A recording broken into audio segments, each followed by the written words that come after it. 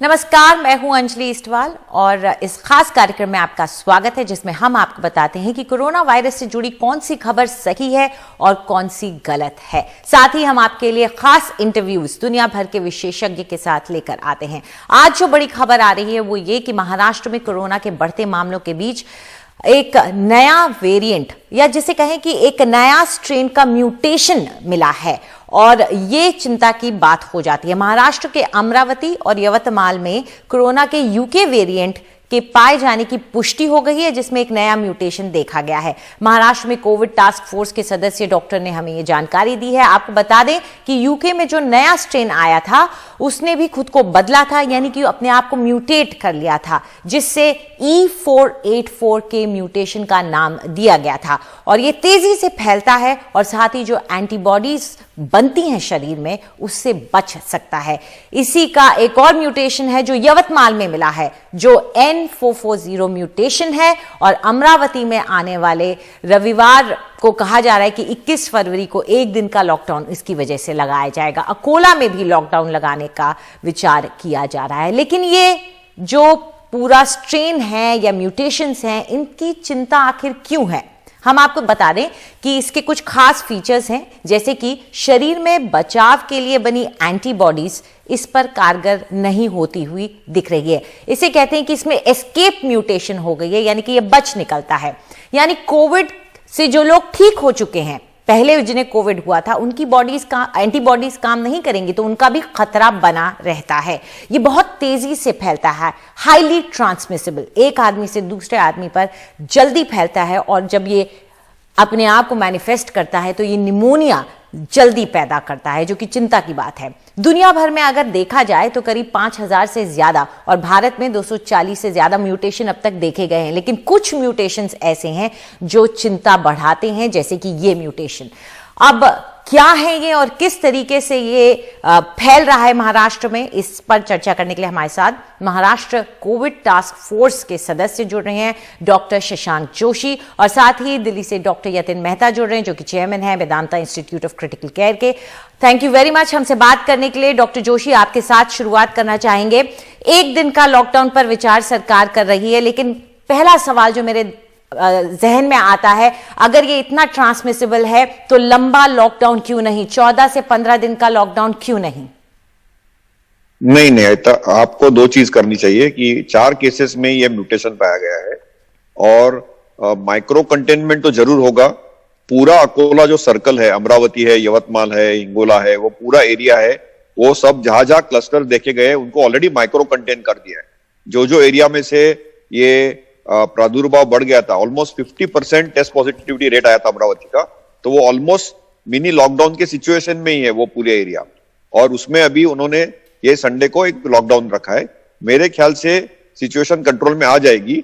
लेकिन एक ही हमको सबको दिक्कत है, जैसे आपने बताया कि ये स्ट्रेन फैलता बहुत फास्ट है। इसका जो कोविड होता है वो ऑलमोस्ट सिमिलर रहता है नॉर्मल कोविड जैसी, लेकिन उसका जो ट्रांसमिसिबिलिटी है नॉर्मली 3 से 5 दिन लग जाते हैं, तो ये 12 आवर्स में आ जाता है।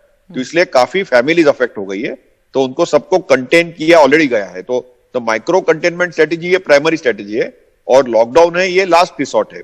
तो लॉकडाउन की आवश्यकता पूरे भारत में भी नहीं लगेगी।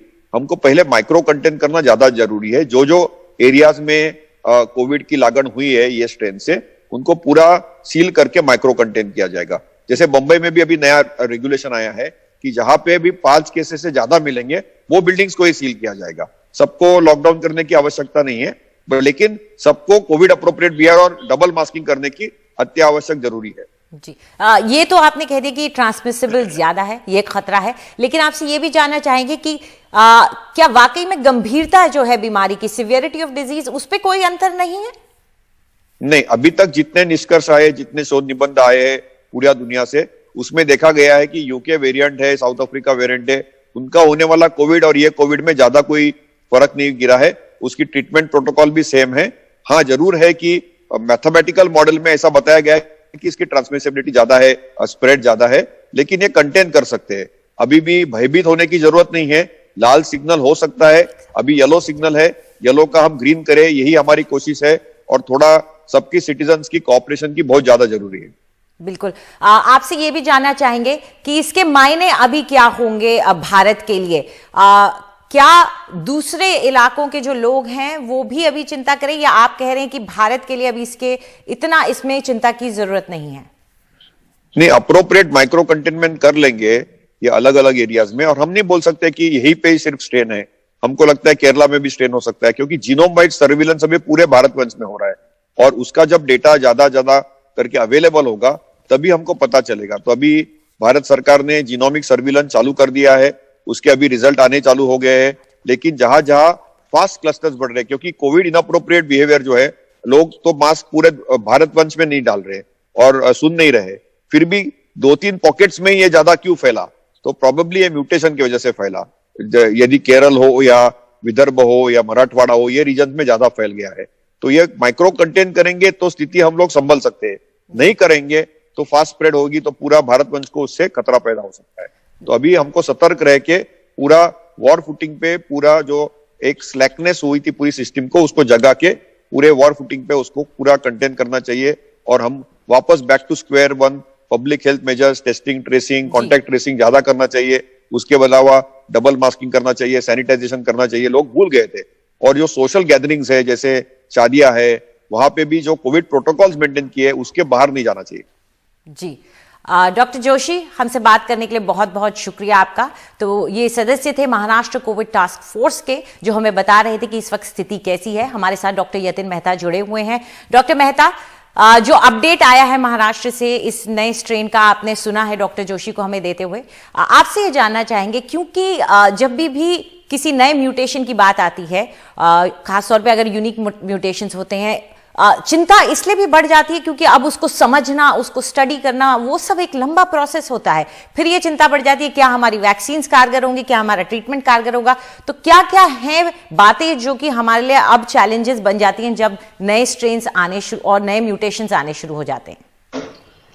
देखिए अंजलि, हर वायरल डिजीज में म्यूटेशंस होते हैं। आप देखिए, नॉर्मल जो फ्लू के लिए वैक्सीन लगता है, हर साल नया वैक्सीन लगता है, क्योंकि वो म्यूटेशन को काउंटरैक्ट करने के लिए। तो नए वेरिएंट जो आते हैं उस वायरस के, निमोनिया के लिए या जो फ्लू के लिए, वो इसलिए हर साल बदलता रहता है वैक्सीन। तो हमें भी इसकी तैयारी करनी पड़ेगी। अभी कोई चिंता का इतना वो नहीं है, क्योंकि हिंदुस्तान को चिंता करनी है, ब्राजील से, साउथ अफ्रीका से मरीज लोग नहीं आने चाहिए, और इंग्लैंड से भी क्वारंटीन करना चाहिए, जो दिल्ली में हो रहा है 14 दिन का क्वारंटीन। इसलिए इतना उसका रिस्क नहीं है। हमको स्ट्रिक्टली इंप्लीमेंट करना चाहिए, और एक दिन का जो क्वारंटीन, एक दिन का जो कर रहे हैं लॉकडाउन अमरावती, एक उसका कोई फायदा नहीं है। मेरे ख्याल से लॉकडाउन अगर करना है, कम से कम हफ्ते के लिए करना चाहिए, नहीं तो उसका कोई पर्टिकुलर फायदा है नहीं। और अभी तो एट द मोमेंट 1.3 बिलियन की पॉपुलेशन में अगर 200-250 मरीजों को वेरिएंट आया है, तो इतनी चिंता की बात नहीं है। कितना एंटीबॉडी इफेक्टिव होगा, डेफिनेटली कम होगा, लेकिन कितना कम होगा ये कहना अभी इस स्टेज में मुश्किल है। और ये भी कहना मुश्किल है कि इससे डेंजर बढ़ता है, ये कहना मुश्किल है। अभी इतना मालूम है कि ये स्प्रेड ज्यादा करता है, इसलिए इन्फेक्शियसनेस इसकी ज्यादा है, लेकिन सीवियरिटी ज्यादा है कि नहीं, ये कहना अभी इस स्टेज में जल्दी है। इसलिए ज्यादा घबराने की कोई बात नहीं है, पर लेकिन हमें अभी अपनी सारी जो बाकी प्रिकॉशंस है, non pharmacological precautions, masking, distancing, hand hygiene, ये तो कंटिन्यू करनी पड़ेगी जब तक ये सारे। डॉक्टर साहब, ये जो म्यूटेशन है, क्या ये यूनिक है भारत के लिए? मतलब सिर्फ भारत नहीं, ये नहीं, ये ब्राजील से आया है। पहला केस अक्टूबर में रिपोर्ट हुआ था ब्राजील में, और वो भी उसमें जो आर्टिकल मैं पढ़ रहा था उसमें भी ये कह रहे थे कि अभी मालूम नहीं है कि इसकी सीवियरिटी ज्यादा है कि नहीं, लेकिन ये है कि स्पाइक प्रोटीन जो जहां से वायरस अटैक करता है आपकी बॉडी को, आपके सेल को, वो स्पाइक प्रोटीन का वेरिएंट हो जाता है, जिससे आपकी जो एंटीबॉडी जो बनती है वैक्सीन की, वो हो सकता है उस मॉडिफाइड स्पाइक प्रोटीन पे एक्शन न करे। इसलिए ये तो थोड़ी जरूर थोड़ी बात है कंसर्न की, लेकिन अभी पैनिक की बात नहीं है। बिल्कुल, और सारे लोग काम कर ही रहे हैं इसमें। लेकिन एक जैसे खबर हमने ये भी दिखाई कि 4 मंत्री महाराष्ट्र के अभी इस वक्त कोरोना पॉजिटिव है, और एक मंत्री जो है वो रीइंफेक्टेड हैं, उनको दोबारा कोरोना हुआ है। अब ऐसे में मेरे ख्याल से संदेश देना जरूरी हो जाता है कि आम लोगों के अंदर कि ये खतरा है आप लोगों को। बिल्कुल, ये समझना बिल्कुल आवश्यक है कि आपको अगर एक बार कोरोना हो गया, इसका मतलब ये नहीं है कि आपको दोबारा नहीं हो सकता। ब्राजील का भी जो पहला E484 पहले रिपोर्ट हुआ था, वो भी री इन्फेक्शन था। 4-5 महीने के बाद मरीज को री इन्फेक्शन हुआ था। इसलिए एक बार इन्फेक्शन हुआ, ये आपको लाइफ लॉन्ग प्रोटेक्शन नहीं देता, दोबारा दूसरे वेरिएंट से री इन्फेक्शन हो सकता है। ऑल्सो आपको वैक्सीन लग गया, इसका मतलब ये नहीं कि आप सारी प्रिकॉशंस को छोड़ दीजिए और अपना पार्टी में जाना शुरू करें, वो भी ठीक नहीं है, क्योंकि नॉर्मल जो प्रिकॉशंस हैं वो कंटिन्यू रहनी चाहिए अभी। जी चलिए, बहुत बहुत शुक्रिया आपका डॉक्टर साहब हमें ये समझाने के लिए कि ये म्यूटेशंस, ये वेरिएंट्स क्या हैं और किस तरह से ये असर डाल सकते हैं। तो एक बात तो साफ हो जाती है, हमने दोनों विशेषज्ञों से यही जाना है कि आप अगर अपना कोविड बिहेवियर ठीक रखेंगे, यानी कि मास्क पहनेंगे, बल्कि अब तो कहते हैं कि आप डबल मास्क पहनिए, अपने हाथों को साफ रखिए, लोगों से दूरी बनाए रखें, अगर इसे आप लागू करते रहते हैं तो आपका खतरा कम है। तो फिलहाल हम एक छोटा सा ब्रेक लेंगे, ब्रेक के बाद लौटेंगे तो डॉक्टर मेहता हमारे दर्शकों के भेजे हुए कुछ सवालों के जवाब देंगे।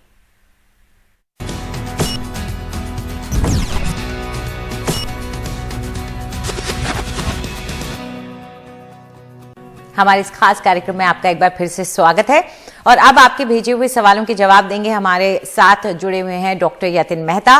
पहला सवाल डॉक्टर मेहता, ये आया है गुड़गांव से, गरिमा ने पूछा है, आइए सुन लेते हैं। नमस्कार, मैं गरिमा वर्मा गुरुग्राम से। मेरा प्रश्न है कि लॉन्ग कोरोना वायरस क्या है और ऐसा क्यों है कि किसी किसी को सिम्टम्स होते ही नहीं और बाकी कई दिनों के लिए प्रभावित हैं। डॉक्टर, आई एम श्योर उनका मतलब लॉन्ग कोविड से है कि लॉन्ग कोविड आखिर क्या है? जी, लॉन्ग कोविड ये है कि आपकी कोविड की जो सिम्टम्स हैं, जो आपको बदन में दर्द होता है, हल्का सा बुखार रहेगा, बहुत वीकनेस रहेगी, मेंटल कंफ्यूजन रहेगा, साइकोलॉजिकल डिस्टर्बेंसेस, ये काफी लंबे टाइम तक चलते हैं, इसको लॉन्ग कोविड बोलते हैं। इसलिए कि कौन से मरीजों में ये होएगा, ये जरा प्रेडिक्ट करना मुश्किल है।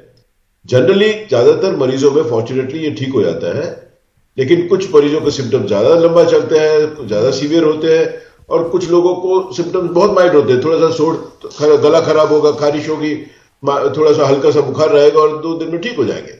इसलिए ये कहना मुश्किल है, पर ये कह सकते हैं कि किन लोगों में ज्यादा सीवियर डिजीज होगा, जिनको ज्यादा डिजीज और बीमारियां हैं, ब्लड प्रेशर की है, हार्ट की है, सांस की तकलीफ होती है, जिनकी इम्यूनिटी ठीक नहीं है या जो मोटे ज्यादा है, उनको ज्यादा सीवियर होता है और इनको ज्यादा लंबा चल सकती है बीमारी। जी चलिए, अगला सवाल लेते हैं जो राखी ने भेजा है गाजियाबाद से।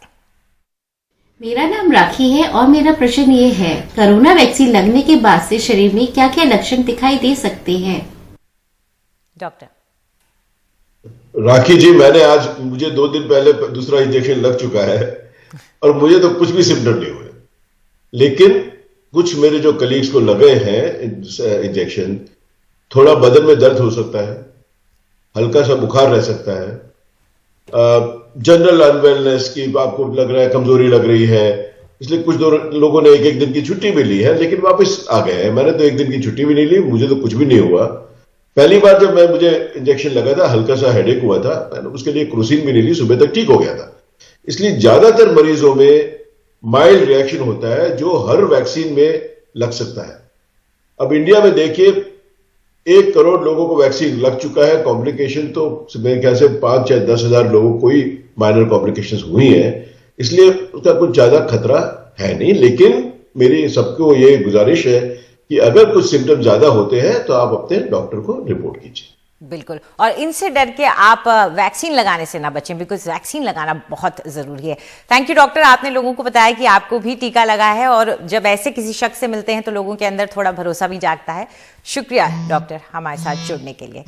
हम आपको क्यों कह रहे हैं कि ये वैक्सीन जरूर लगवाएं, क्योंकि दुनिया भर में जितनी भी लीडिंग वैक्सीन हैं, ये सभी वैक्सीन गंभीर बीमारी और मौत से बचाने में कारगर पाई गई हैं। हम आपको दिखाना चाहते हैं आंकड़ों के जरिए कि किस तरीके से कुछ लीडिंग वैक्सीन इफेक्टिव हैं, उनका एफिकेसी क्या है। एस्ट्राजेनेका जो कि ऑक्सफोर्ड की वैक्सीन को बना रहा है, अगर आप उसको देखें तो उसके दोनों डोज देने के बाद 14 दिन के अंदर करीब 67% असरदार इसको पाया गया लगभग।